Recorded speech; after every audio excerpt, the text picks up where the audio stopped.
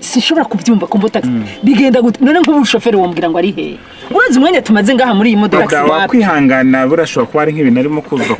abandi twakwihangana ihangane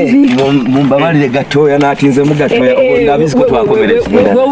we urinde utari shoferi w'iyi kombo taxi ari he wa munyabugokazi nyine yagiye kuruka ubona ingiye turi bukomarezanya umuhanda sivyo nabyo ndakubwira iyi kompanyi ya kombo taxi jewe sinzi nimba isigaye ikora gute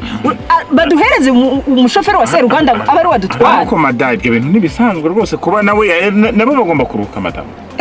oya ibiki bisanzwe waba Seruganda cyangwa ngira we ntabuze naba ariko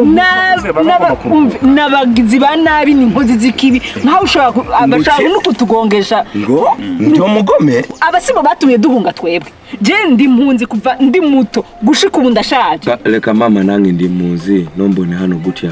gusa ndashimira nuza ndashimira mu shoferi mugenzi wanje niwe wajya mfasha akamekira akamuka mu motoka akando urumva nange kugira ngo mbone byo kuri gusa shawihangane nibo limuzi nange ndi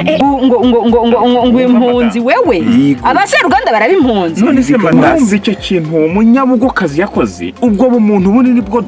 twakagombye kugira twese umuntu w'impunzi tukamufasha nakashobora kugira ubuzima kuko ibiba ku mpunzi ntawe bitabaho anatomboye kubona baguhaye akazi ahubwo Imana ishimwe kuri abo ba kombo taxi aba boss ba kombo taxi reka tugende ya mama nta kibazo gusa nange ndashimira uriyo nakiriye ariko kamaze ngure nakandi kabanga urumva ngiye kuva kera ndi umutunzi umushoferi ahubwo menya ko uburagira y'amahoro utizinzire rero